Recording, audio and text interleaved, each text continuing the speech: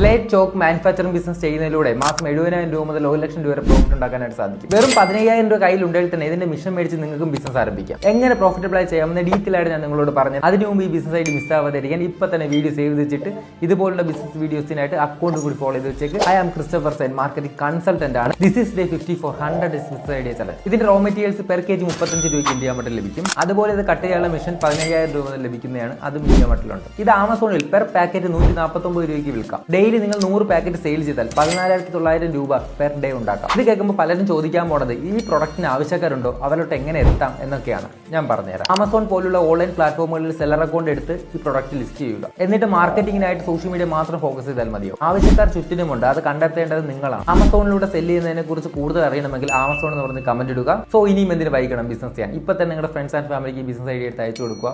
അവരുമായി ജോയിൻ ചെയ്ത് business plan ചെയ്തേക്ക്. നാളെ നല്ലൊരു ബിസിനസ് ഐഡിയ ആയിട്ട് കാണാം. All the best.